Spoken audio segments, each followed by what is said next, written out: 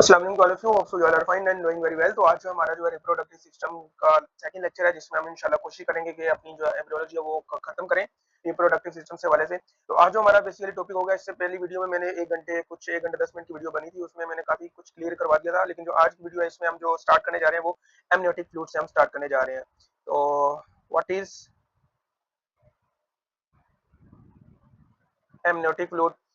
तो amniotic fluid में जो हम देखेंगे वो बेसिकली ये जो है होता क्या है, ये बेसिकली होता है कि जो फीटल यूरिन जो है मेनली ये उस पर कंपोज कर रहा होता है। ठीक है, मेनली जो है फीटल यूरिन पर ये जो कंपोज कर रहा होता है फीटल यूरिन होता है। ठीक है, या फीटल लंग लिक्विड वगैरह होता है। ठीक है, अब ये जो क्लियर कैसे होता है एमनियोटिक फ्लूइड, जारी बात है कि एक बेबी जो है उसका कनेक्शन है मदर के साथ, उसमें जब सर्कुलेशन होनी है ब्लड की, तो उसमें जब किडनीज बन जाती हैं, ये और भी चीजें बन जाती है, तो वो जो क्लियरेंस है वो रिक्वायर्ड हो जाती है। तो उसको क्लियर करने के लिए जो फीटस क्या करता है, वो स्वेलो करता है एमनियोटिक फ्लूइड को। ठीक है, एमनियोटिक फ्लूइड को स्वेलो करता है और इंट्रा मेम्ब्रेनस जो है उसकी एब्जॉर्प्शन होती है। तो ये इसका सारा मैकेनिज्म है। लेकिन यहाँ पर जो दो चीजें याद रखने वाली है, जहाँ से एमसीक्यूज आते हैं यूएसएमएल पॉइंट ऑफ व्यू से या एनआरई पॉइंट ऑफ व्यू से, तो वो है पॉलीहाइड्रोमियोस और ओलिगोहाइड्रोमियोस। तो सबसे पहले तो हम देखेंगे what is the meaning of पॉलीहाइड्रोमियोस।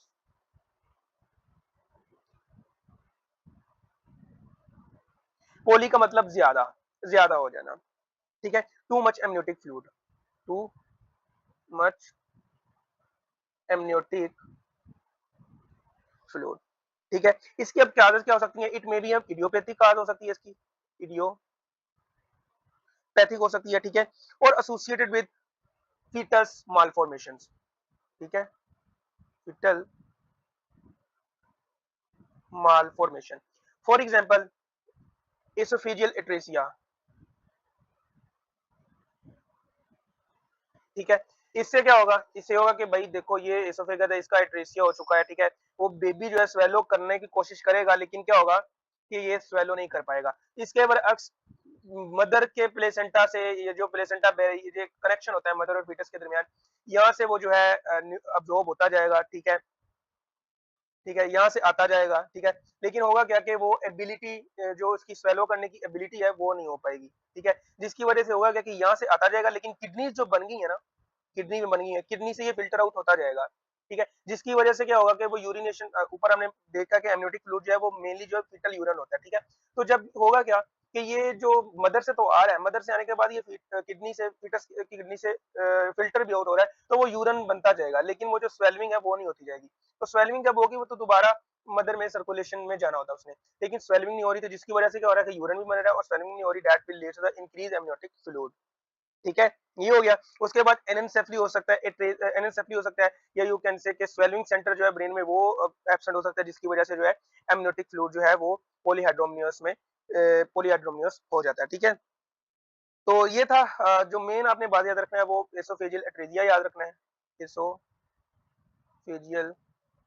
Atresia, और एनेंसेफली आपने याद रखना है, एनेंसेफली। ये दो बातें हैं, ये आपने पॉलीहाइड्रोमियस में याद रखनी है, इसकी काजिज। ठीक है, उसके बाद आ जाओ व्हाट इज ओलिगोहाइड्रोमियोस। तो ओलिगो से मुराद है बहुत कम। ठीक है, इसकी जो मेन काजिद है वो है बेसिकली रीनल एजेंसीज हो सकता है, या प्लेसेंटल इंसफिशिएंसी हो सकती है, प्लेसेंटल इंसफिशिएंसी हो सकती है। ठीक है, उसके बाद आ जाओ तो रीनल एजेंसीज हो सकता है। ठीक है, और ये बाइलेटरल ही होगा। ठीक है, और उसके बाद जो है बस यही दो काजिद आपने याद रखनी है फॉर ओलिगोहाइड्रोमिनस पॉइंट ऑफ व्यू से। ठीक है, तो ये चीजें याद रखनी है। अच्छा, अगर परसिस्टेंट ओलिगोहाइड्रोमिनस हो जाए तो ये एक कंडीशन काज करवाता है, उसका नाम है पोर्टर सीक्वेंस। ठीक है, ठीक है, और पोर्टर सीक्वेंस जब हो जाए तो होता है इसमें ये है कि पल्मोनरी हाइपोप्लेजिया हो जाता है। ठीक है, उसके बाद ओलिगोहाइड्रोमिनस तो होता ही होता है। ठीक है, ट्विस्टेड स्किन हो जाती है। ठीक है, और ट्विस्टेड फेस वगैरह जो है ये हो जाता है, और जो आपकी एक्सट्रीमिटी है उसमें डिफेक्ट आना शुरू हो जाते हैं, तो ओलिगो हाइड्रोमियोस हो जाता है। ठीक है, उसके बाद जो आपकी स्किन है, स्किन बिकम ट्विस्टेड और एक्सट्रीमिटी डिफेक्ट। देखो यार, जो एमनियोटिक फ्लूइड होता है वो बेसिकली बेबी की ग्रोथ में मदद करता है, उसको एक स्पेस देता है ताकि बेबी जो है वो अच्छे से ग्रो कर पाए। जब ओलिगोहाइड्रोमिनियस हो जाएगा, फॉर एग्जांपल ये आपका नॉर्मल लेवल है एमनियोटिक फ्लूइड का और ये आपका बेबी है इसमें, अब जब इसने ग्रो करना है, इसकी टांगे जारी बात है ग्रो करनी है, ठीक है, इसके हाथ भी ग्रो करने हैं। अब जब ये ओलिगोहाइड्रोमिनियस हो जाएगा, ठीक है, ये ओलिगोहाइड्रोमिनियस हो गया, बेबी का साइज तो वही है, अब वो उसका जो सरफेस एरिया वो कम हो गया, तो ये जो लिम जो है ये प्रॉपर्ली जो है नहीं बन पाएंगे, जिसकी वजह से क्या होगा, एक्सट्रीमिटी डिफेक्ट आपको देखने को मिल सकते हैं इन केस ऑफ ओलिगोहाइड्रोमिनियस। ठीक है, ये बात होगी एमनियोटिक फ्लूइड के बारे में। अब आ जाओ ट्विनिंग। ट्विनिंग जो है वो first aid यूएसएमएल point of view से बहुत बहुत इंपॉर्टेंट है, ठीक है। तो ट्विनिंग जो है वो बेसिकली डाइजाइगोटिक भी होती है और मोनोजाइगोटिक भी होती है।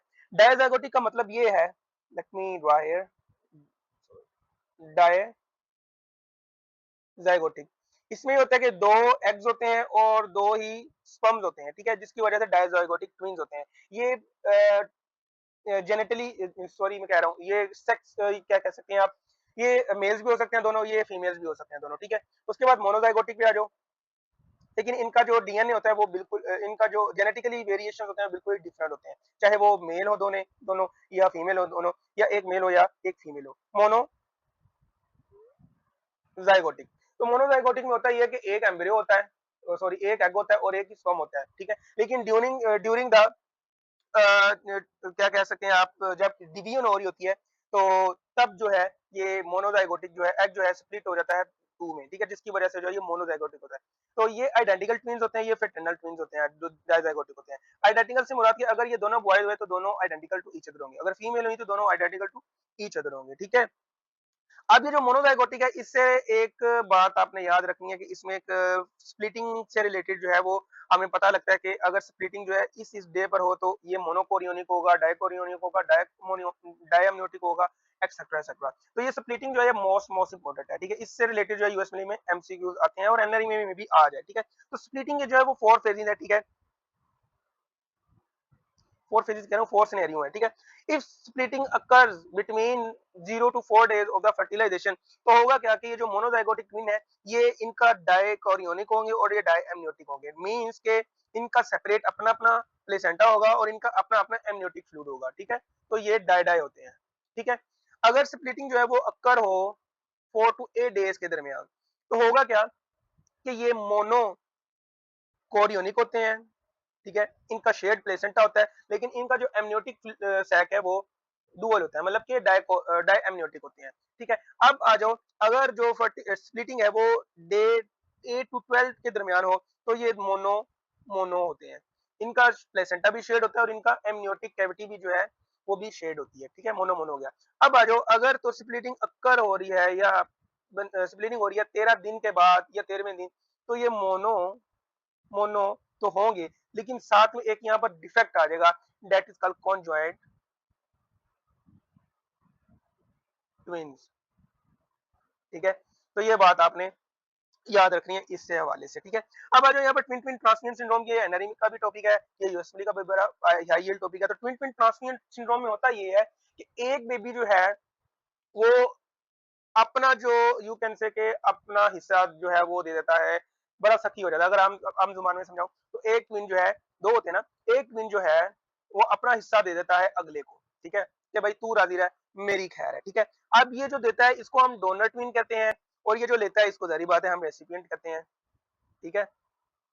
अब इसमें होता क्या है कि जो डोनर ट्विन जो है वो अपनी एनर्जी है, वो अपने न्यूट्रिएंट्स, ठीक है, अपना एमनियोटिक फ्लूइड भी जो है वो दे देता है रेसिपिएंट को। इसके इससे में क्या आता है, इसके हिस्से में आता है हाइपोविलीमिया आता है, हाइपोविलीमिया आता है, क्योंकि इसने अपना एमनियोटिक फ्लूइड जो है वो इसी को दे दिया होता है। ये मोस्टली जो ट्विन ट्विन ट्रांसमिशन सिंड्रोम जो है ये मोनो मोनो में होता है, ज्यादा मोनो कोरियोनिक मोनो एमनियोटिक में, ठीक है, या यू कैन से कि मोनो कोरियोनिक और डाई एमनियोटिक में, इनमें हो सकता है, ठीक है, डाई डाई में नहीं होता ये। अब होता क्या है कि हाइपोविलीमिया हो गया, हाइपोलीमिया हो गया तो डैट मींस के इसको ओलिगो हाइड्रोमनियोस भी हो जाएगा, ठीक है, डैट मींस के ये स्टक अपीयरेंस हो जाएगी, ठीक है। अब ये जो रेसिपिएंट है इसको इसके भाई का भाई वो अपना एमनियोटिक फ्लूइड है वो भी दे रहा है, तो डैट मींस के इसको पोली हाइड्रोमनियोस हो जाएगा, ठीक है, और ये हाइपर वोलीमिक हो जाएगा। इंशाल्लाह हम ऑब्स एंड गनी में देखेंगे कि इनका फर्दर क्या क्या डिसफंक्शन होता है या कौन कौन सी हमें एबनॉर्मेलिटीज देखने को मिल सकती है दोनों में। लेकिन अभी तक के लिए इतना याद रख लो कि डोनर होता है और रेसिपिएंट होता है। जो डोनर है वो हर चीज में कम हो जाता है, ठीक है, क्योंकि वो दे देता है अपने भाई को। रेसिपिएंट जो है वो हर चीज में ज्यादा हो जाता है, ओलिगो एंड पॉलीहाइड्रोमिनियोस, ठीक है। तो ये जो बातें हैं ये याद रखनी है आपने।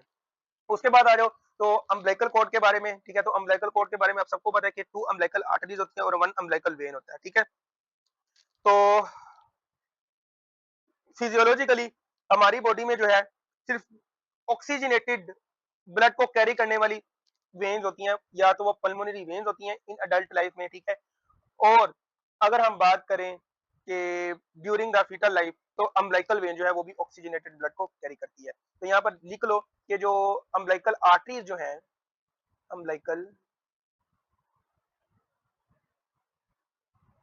ब्लू से इसलिए मेंशन कर रहा हूँ क्योंकि ये डी ऑक्सीजनेटेड ब्लड को कैरी करते हैं, ठीक है। और अम्बिलिकल वेन को इसलिए रेड से हाईलाइट कर रहा हूँ क्योंकि ये ऑक्सीजनेटेड ब्लड को जो है ये कैरी करते हैं, ठीक है। ये बात आपने याद रखनी है। अब आ जाओ यहाँ पर क्लिनिकल कुछ टर्म्स हैं, उससे रिलेटेड हम कुछ बात करते हैं।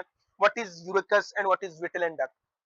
तो यूरेकस जो है, जल्दी जल्दी मैं वाइंड अप करने की कोशिश करूँ ताकि टाइम बचे हमारा, ठीक है। What is urachus. Urachus is basically होता क्या है कि आपका जब एम्ब्रियोनिक लाइफ होती है तो एलेंटोइस होता है, ठीक है। That is formed from the yolk sac and extend into the cloaca. तो क्लोका जो है बेसिकली, क्लोका जो है ये बेसिकली आप यूं कह लो कि एक सिंगल ओपनिंग होती है for urethra and for anus, ठीक है। इसको हम क्लोका कहते हैं, ठीक है। अब ये जो इंट्रा एब्डोमिनल रेमिनेंट जो होता है ना इसका एलेंटोइस का, इसको हम यूरेकस कहते हैं, ठीक है। ये डक्ट होती है, a duct between fetal bladder and umbilicus, fetal bladder and umbilicus. यहाँ पर जो आपने बात याद रखनी है वो एक बात याद रखनी है कि यूरेकस का जो रेमिनेंट है इन पोस्टनेटल लाइफ में वो मीडियन अम्बिलिकल लिगामेंट है, मीडियन अम्बिलिकल लिगामेंट है। ये बात आपने याद रखनी है।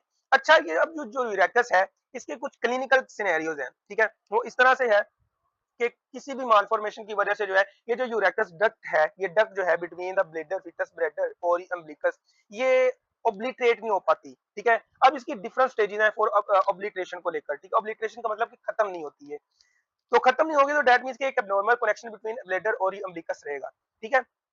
अब जब ये ओब्लिटरेट नहीं होती कंप्लीटली तो इसके डिफरेंट स्टेजेस हैं। तो इन डिफरेंट स्टेजेस को मद्देनजर रखते हुए हम जो है इसको डिवाइड करते हैं 3 में। तो सबसे पहले आ जाओ, what is patent urachus, patent urachus. तो इसमें क्या होता है, इसमें होता है कि कंप्लीट और total failure of urachus to obliterate, ठीक है। Total failure of urachus to obliterate. अब इससे क्या होता है कि बेबी के अम्बिलिकस और ब्लेडर के दरमियान कनेक्शन रहता है। तो जब ये न्यू बोर्न होते हैं तो आप देखेंगे कि इनके बेबी के अम्बिलिकस के अराउंड जो है वो पानी निकल रहा होगा, ठीक है, डिस्चार्ज निकल रहा होगा, पानी निकल रहा होगा। तो अगर तो पानी निकल रहा होगा तो आपने समझ लेना कि दैट इज पेटेंट यूरेकस है, ठीक है। केस इस तरह से आएगा यूएसपी से रिलेटेड, लेकिन उसमें कीवर्ड लिए लाजमी होगा कि अ यूरिन डिस्चार्ज और water like discharge from the around umbilicus, ठीक है। ये कीवर्ड होगा लाजमी, ठीक है। ये था patent urachus that is according to the total failure of the urachus to obliterate. अब आ जाओ थोड़ी लेस फियर फॉर्म में, जिसको हम यूरेकल सिस्ट कहते हैं, ठीक है। इसमें क्या होता है, इसमें पार्शियल फेलियर होता है, partial failure of urachus to obliterate, ठीक है। तो जब ये पार्शियल हो जाएगा तो होगा क्या कि for example this is your umbilicus, ठीक है, और ये फीटस का ब्लैडर था, ठीक है। तो ये जो एरिया मैं बता रहा हूँ ये पेटेंट यूरेकस का बता रहा हूँ।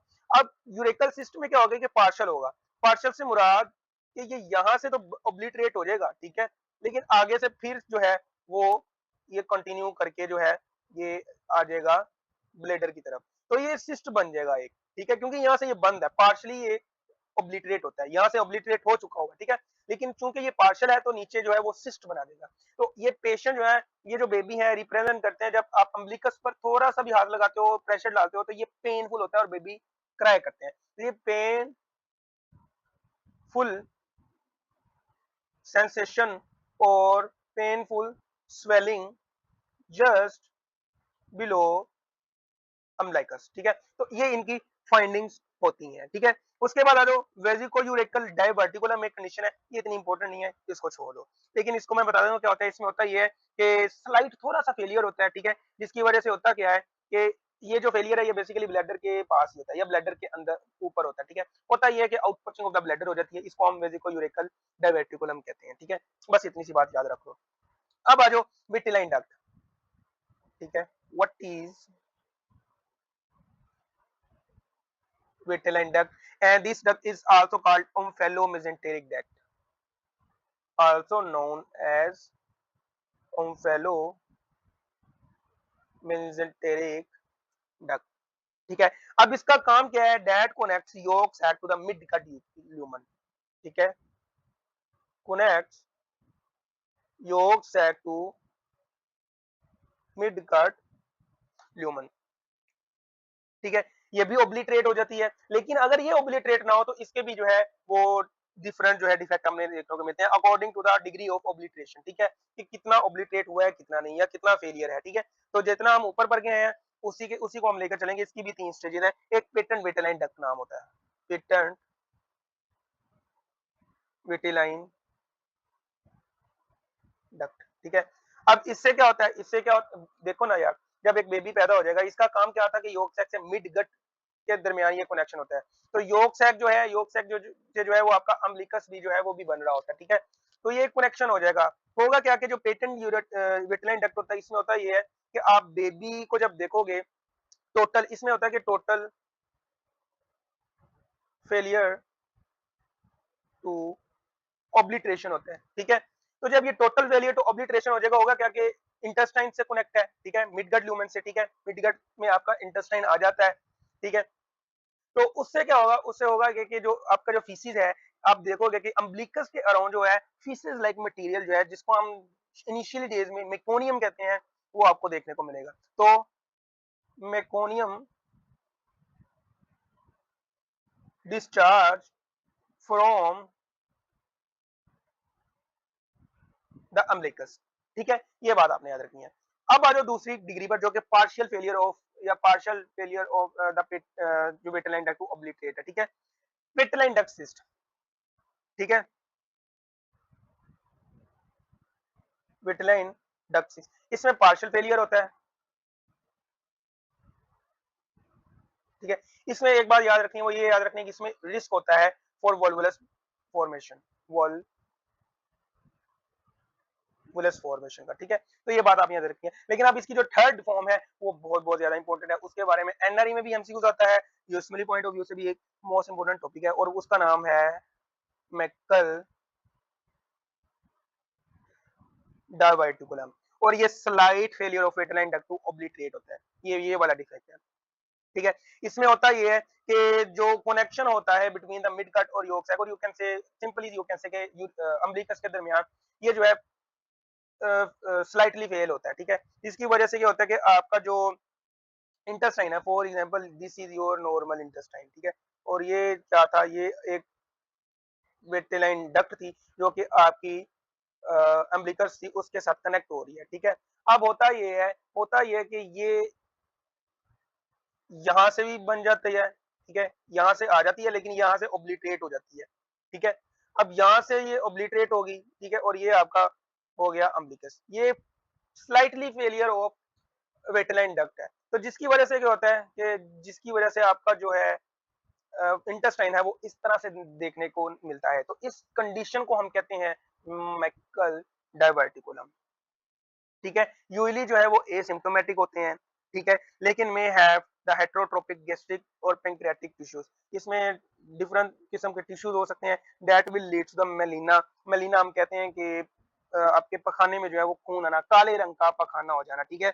और मेटोकीजिया, ठीक है, इसको हम कहते हैं कि blood in the bloody diarrhoea, नहीं हम इसको कहते हैं मेटोकीजिया, हम कहते हैं कि हार्ट स्टूल में जो है खून देखना, ठीक है। और एब्डोमिनल पेन जो है ये हमें देखने को मिलता है। क्या क्या देखने को मिलता है हमें, मेलिना, मेलिना होता है डार्क स्टूल, ठीक है। उसके बाद हिमेटोकेजिया, ठीक है, और उसके बाद एब्डोमिनल पेन होता है, ठीक है। तो ये जो है ये हमें देखने को मिलता है इन दो पेशेंट्स में, ठीक है। अब आ जो मोस्ट इंपॉर्टेंट इस वीडियो का जो टॉपिक है वो बहुत ज्यादा इंपॉर्टेंट है और उसके ऊपर आपने नजरें जमानी है और वो अपने फर्स्ट एड से भी करना है और उसको मैं गोल्डन वर्ड से लिख रहा हूँ क्योंकि वो बहुत ज्यादा इंपॉर्टेंट है और उसका नाम है फ्रिंजियल एपरेटस। फ्रिंजियल एपरेटस। तो मैं फर्स्ट एड आप फर्स्ट एड से जरूर कर लीजिएगा लेकिन मैं आपको बहुत इजी वे में ये फ्रिंजियल एपरेटस करवाने जा रहा हूँ। जो जो इंपॉर्टेंट होगा वही बताऊंगा। सबसे पहले तो आपने याद रखना है कि फ्रिंजियल अपरेटस जो है उससे क्या क्या बनता है, ठीक है। तो उससे तो पहली बात कलेप्स बनते हैं, ठीक है, फ्रिंजियल कलेप्स होते हैं, ठीक है। फ्रिंजियल अपरेटस कंसिस्ट ऑफ फ्रिंजियल कलेप्स, ठीक है, फ्रिंजियल आर्चेस एंड फ्रिंजियल पोचेस। इसको हम निमोनिक से याद रख सकते हैं, निमोनिक CAP कैप, ठीक है। अब ये जो क्लेफ्ट जो है ये एक्टोडम से बनते हैं, ठीक है। आर्चीज जो है ये मीजोडम से बनती हैं और पोचेस जो है वो एंडोडम से बनते हैं। हमेशा आपने जाना है from outside to the inside. Ectoderm ऊपर वाली सतह, मीजोडम दरमियान में मसल आ जाते हैं और एंडोडम अंदर वाली लाइनिंग जो है वो एंडोडम आ जाता है। निमोनिक मैंने आपको बता दिया दैट इज कैप, ठीक है। अब हम करने जा रहे हैं बारी बारी discuss what is pharyngeal cleft, what is pharyngeal arches and what are the pharyngeal pouches, ठीक है। तो बहुत इजी वे में मैं करवाऊंगा। तो हम स्टार्ट करते हैं व्हाट आर क्लेफ्ट, फ्रिंजियल क्लेफ्ट्स क्या होते हैं, ठीक है। Let me draw a diagram here, ठीक है। ये एक मैंने बना दी है डायग्राम,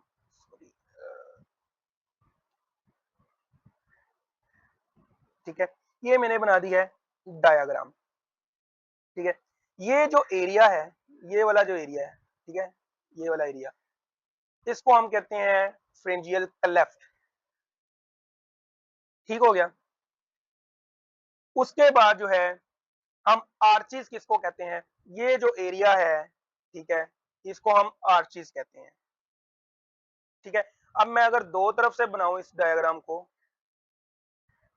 ठीक है, ये हमारे हो गए आर्चिस, ये हमारे हो गए क्लेफ्ट्स, ठीक है। और ये इनके दरमियान जो दोनों के दरमियान जो इनसाइड वाली साइड पर जो एक चीज होती है उसको हम कहते हैं पाउचेस, ठीक है। देख रहे हो ना कि आउटसाइड इनसाइड जाना है, एक्टोडम हो गया, ये मेसोडर्म हो गया, ये एंडोडर्म हो गया, ये क्लेफ्ट हो गए, ये आपके हो गए आर्चिस होंगे और ये हो गए आपके पाउचेस हो गए, ठीक है। तो ये बहुत इजी वे में मैंने आपको बता दिया। अब आ जाओ first cleft and second, first to fourth cleft. तो इसमें आपने फर्स्ट क्लैप के बारे में एक ही बात याद रखनी है, फर्स्ट क्लैप जो है that develops into the external auditory meatus, सिर्फ ये बात याद रखनी है। सेकंड टू फोर्थ क्लैप जो है ये सब के सब ये टेम्परेरी सर्वाइकल साइनसिस बनाते हैं, टेम्परेरी सर्वाइकल साइनसिस बनाते हैं, ठीक है, जो कि ओब्लिटरेट हो जाते हैं, ठीक है, खुद ब खुद, ठीक है, by proliferation of second arch mesenchyme, ठीक है। ये जो सेकंड आर्च का मेसेनकाइम होता है ना आर्च का, ठीक है, इसकी वजह से जो है ये ऑब्लिटरेट हो जाता है खुद ब खुद। लेकिन यहाँ पर एक क्लिनिकल है और वो क्लिनिकल है फ्रिंजियल क्लेफ्ट सिस्ट, फ्रिंजियल क्लेफ्ट सिस्ट। इसमें जारी बात है सिस्ट बना है, दैट मींस कि आपकी जो सेकंड टू फोर्थ जो टेम्परेरी सर्वाइकल साइनसिस है वो जो है वो क्या कहते हैं वो परसिस्टेंट रह जाते हैं। तो यू कैन से परसिस्टेंट सर्वाइकल साइनसिस, ठीक है। तो इससे होता क्या है, इससे होता यह है कि आपकी जो नेक है उसके लेटरल पे, लेटरल नेक मास जो है वो आपको देखने को मिलता है एंटीरियर टू द स्टेनोक्लेडोमेस्टोइड मसल। देख रहे हो कि आप जो क्लेफ्ट जो है ये साइड पर है, ठीक है, क्लेफ्ट जो है वो साइड पर है, ठीक है। तो ये लेटरल साइड ही हुई, ठीक है। तो आपको क्या देखने को मिलता है कि नेक की साइड पर लेटरल मास जो है वो आपको देखने को मिलता है that does not move with the swallowing. यहाँ पर मैं लिख रहा हूँ lateral neck mass that is not move with swallowing as compared to thyroglossal duct cyst। हम पीछे एम्ब्रियो कर सॉरी एंडोक्राइन करके आए हैं, तो एंडोक्राइन में हमने थायरोग्लोसल डक्ट सिस्ट पढ़ा था, ठीक है। यही मकसद था मेरा एंडोक्राइन सबसे पहले करवाने का, ताकि उसके बाद रिप्रोडक्टिव, क्योंकि एंडो आपका बहुत ज्यादा चीजें कवर कर लेता है। अब आपको पता होना चाहिए कि थायरोग्लोसल डक्ट जो है वो क्या था, और अब जो आपको ये भी पता होना चाहिए कि ब्रेंकियल, इसको हम ब्रेंकियल सिस्ट भी कहते हैं, ठीक है। तो कंफ्यूज नहीं होना कि फरेंजियल लैदा है या ब्रेंकियल लैदा, ये दोनों एक ही सिक्के के दो रुख हैं। अब ये जो ब्रेकियल सिस्ट है, ये बेसिकली आप सबको पता है क्लेफ्ट जो है वो बाहर की तरफ है, लेटरल साइड की तरफ है, तो ये आपने इसी नाम याद रख लेना है कि ये लेटरल नेक पे मास होता है जो हमें नजर आता है, जो कि स्वेलिंग के साथ मूव नहीं करता as compared to thyroglossal duct cyst. लेकिन थायरोग्लोसल डक्ट सिस्ट के बारे में हमने एक बात ये भी देखी थी कि ये सेंट्रली प्रेजेंट होता है, और ये ड्यूरिंग द स्वेलिंग और प्रोट्रूजन ऑफ द टंग, ये अप एंड इसकी मूवमेंट होती है, ये मूव करता है अपवर्ड, ठीक है। तो ये चीज आपने याद रखनी है। अगर एक एग्जाम में क्वेश्चन आ जाए, लंबा केस दिया हो, तो आपने कीवर्ड्स देखने हैं बस, ये लेटरल नेक मास स्वेलिंग है, on protrusion of the tongue, the mass is not moving, what is most likely diagnosis, pharyngeal cleft cyst, ठीक है। अब एक पेशेंट आएगा कि a patient represented you to anterior neck mass that is moving with the protrusion of the tongue और swelling, what is most likely diagnosis, thyroglossal duct cyst. तो ये छोटे छोटे जो है ये आपने देखने हैं, ठीक है। अब आ जाओ फ्रेंजियल आर्चिस के बारे में, ठीक है। तो फ्रेंजियल आर्चिस जो है, जब आप देखोगे यूएस मिली के बुक पर, तो आप कहोगे कि यार ये बहुत मुश्किल काम है, हम कैसे ही याद करेंगे इसको। तो फ्रेंजियल आर्चिस यहाँ पर मैं करवा रहा हूँ, आप यूएस मिली की बुक को एक मरतबा लाजमी देखना, उसमें डिटेल में दिया हुआ, लेकिन यहाँ पे मैं सिर्फ रफली रफली करवाऊंगा, ठीक है। तो फर्स्ट आर्च जो है, इसको, इससे कौन कौन से जो है वो ओरिजिनेट होते हैं, इससे आपने जो mesoderm plus neural crest cell के डेरिवेटिव जो है वो ओरिजिनेट होते हैं, मींस कि इससे बोन्स प्लस मसल जो है वो ओरिजिनेट होते हैं, ठीक है। तो first arch give rise to muscles of mastication,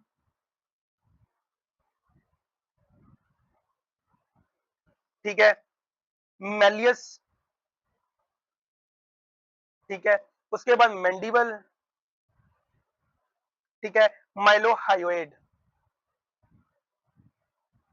ठीक है, और करेनियन नंबर V3 जो कि आपकी जो फेशियल नर्व की जो ट्राइजेमिनल नर्व की जो ब्रांच है वो है V3, ठीक है।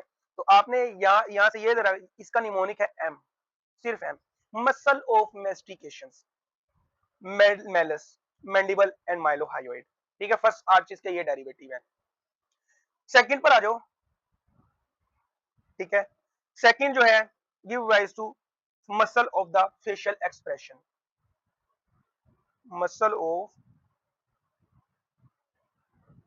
Facial expression. तो जब आप स्माइल करते हो तो ये मसल जो है ये फेशियल एक्सप्रेशन के मसल हैं, तो आपने इसको याद रखना है निमोनिक एस से, स्माइलिंग, जो आपकी स्माइलिंग जो है फेशियल एक्सप्रेशन जो है वो कौन से आर्चिस की वजह से है, वो सेकंड आर्च की वजह से है, ठीक है। और एक बात जो याद रखनी है, क्रेनियल नर्व के बारे में याद रखना है, क्रेनियल नर्व V7 जो है, सॉरी 7 जो है वो इससे बनती है, सिर्फ ये 2 याद रख लो, साथ में 5 लगा लेना ठीक है। तो ये आपने याद रख लेना, क्रेनियल नंबर 7 जो है ये सेकंड आर्च से ओरिजिनेट होती है। थर्ड आर्च पर आ जाओ, ठीक है। तो third arch give rise to, you can say कि ये आप कह लो कि ये स्वेलिंग के लिए हेल्प करती है, तो सॉरी थर्ड कह रहा हूँ, स्टाइलोफ्रेंजस, हाँ स्वेलिंग भी होती है, स्टाइलोफ्रेंजस है तो स्वेलिंग भी होगी, ठीक है। स्टाइलोफ्रेंजिस मसल होता है, ठीक है। उसके बाद CN क्रेनियल नंबर 9 जो है वो यहाँ से ओरिजिनेट होती है, जिसको हम ग्लोजो फ्रेंजियल नर्व भी कहते हैं, ठीक है। ये बात आप याद रखनी है। तो यू आपने इसको कैसे याद रख सकते हैं, स्वेलिंग के निमोनिक से। तो जो थर्ड आर्च है वो स्वेलिंग में हेल्प करती है, स्टाइलोफ्रेंजिस ग्लोसोफ्रेंजियल नर्व है, ये भी आपकी हेल्प करती है। फोर्थ आर्च पर आ जाओ, ठीक है। तो फोर्थ आर्च जो भी है वो भी स्वेलिंग में हेल्प करती है, ठीक है। सिरकोथायरॉइड, फ्रेंजियल कॉन्स्ट्रिक्शन जो है और सॉफ्ट पैलेट जो है, ये जो मसल जो है ये आपके बनते हैं फोर्थ आर्च से, ठीक है। जो फिफ्थ आर्च जो है आपके लिए खुशखबरी है, ये रिग्रेस हो जाती है, इससे कोई भी स्ट्रक्चर नहीं बनता। अब आ जाओ सिक्स्थ आर्च पर, ठीक है। तो सिक्स आर्च जो है इससे आपकी सुपीरियर लेरेंजियल नर्व बनती है, ठीक है, CNS, सी क्रेनी नंबर 10, ठीक है। इससे क्या होता है, सुपीरियर लेरेंजियल नर्व बनती है और इंफीरियर रिकरेंट फ्रेंजियल नर्व ओरिजिनेट होती है, ठीक है। ये बातें आपने याद रखनी है। 6 8 से हमें क्या क्या देखने को मिलता है, ठीक। अब आ जाओ व्हाट आर फ्रिंजियल पोचेस। तो एंडोडर्म की बात हो रही थी, ठीक है। एंडोडर्म जो है वो इनर लाइनिंग करता है खास तौर पर। तो व्हाट आर फ्रिंजियल पोचेस डेरिवेटिव। तो फर्स्ट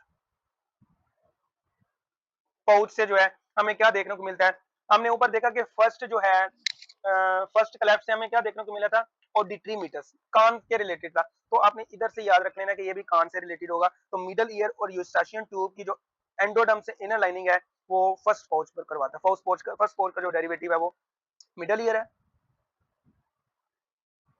ठीक है, और यूस्टाशियन ट्यूब है।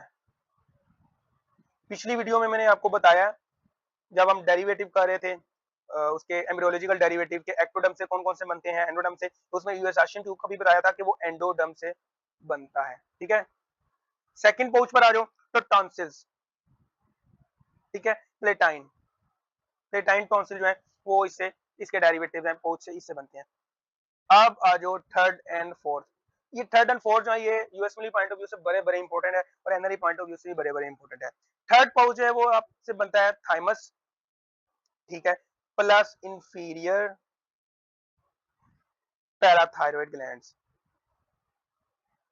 पैराथायरॉइड ग्लैंड, ठीक है। इसका आपने इतना से याद रखना है कि यार जो जिसकी कम वैल्यू है मतलब कि वो नीचे ही होगा, उसकी औकात नीचे होगी, ठीक है। आप यूं इस तरह याद रख सकते हो, ठीक है। फोर्थ पे आ जाओ, तो फोर्थ से जो बनता है वो पैरा फोलिकुलर सेल्स बनते हैं, प्लस सुपीरियर पैराथायरॉइड ग्लैंड बनते हैं। तो ये जो है आपने बातें याद रखनी है। मैंने बड़े एक अच्छे से छोटे से इजी वे में आपको बता दिया है क्लेफ्ट के बारे में, आर्चिस के बारे में और फ्रिंजल पोर्चेस के बारे में। होप्स हो कि आपको ये वीडियो के दौरान ही याद हो जाए। उम्मीद तो बहुत है कि याद हो जाने चाहिए, ठीक है। एक क्लिनिकल यहाँ पर वो ये है कि डाइजोर सिंड्रोम है, उसमें जो आपके जो थर्ड एंड फोर्थ पाउचेज है वो एब्सेंट होते हैं, जिसकी वजह से आपका पैराथायरॉइड ग्लैंड है वो भी एब्सेंट होता है, ठीक है। तो जिसकी वजह से जो पीटीएच जो वो नहीं बन पाता, तो कैल्शियम का लेवल जो है बॉडी में वो कम हो जाता है, तो मसल स्पाज्म हो जाता है। तो ये जो है सीनी, ये ऑलरेडी हम एंडोक्राइन में डिस्कस करके आ चुके हैं, तो दोबारा मेरा ख्याल है ये करवाने की जरूरत नहीं है, ठीक है। अब जो हमारा लेक्चर रह गया है, टॉपिक रह गया, वो रह गया है फेशियल क्लैप, जो ओरोफेशियल क्लैप जो है वो टॉपिक रह गया है। उसमें मैं जल्दी जल्दी से वो कवर करूंगा। What are orofacial cleft. तो आप सबको पता है कि दो तरह के क्लेफ्ट होते हैं, या क्लेफ्ट लिप होता है या क्लेफ्ट पैलेट होता है। क्लेफ्ट लिप होता है या क्लेफ्ट पैलेट होता है।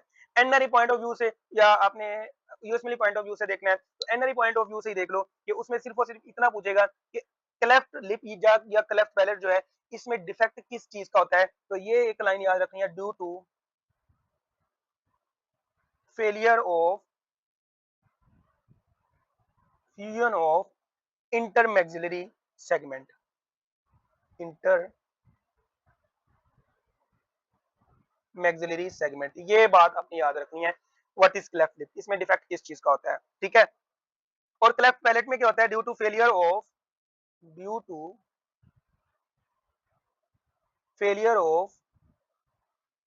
Fusion of two lateral प्लेटाइन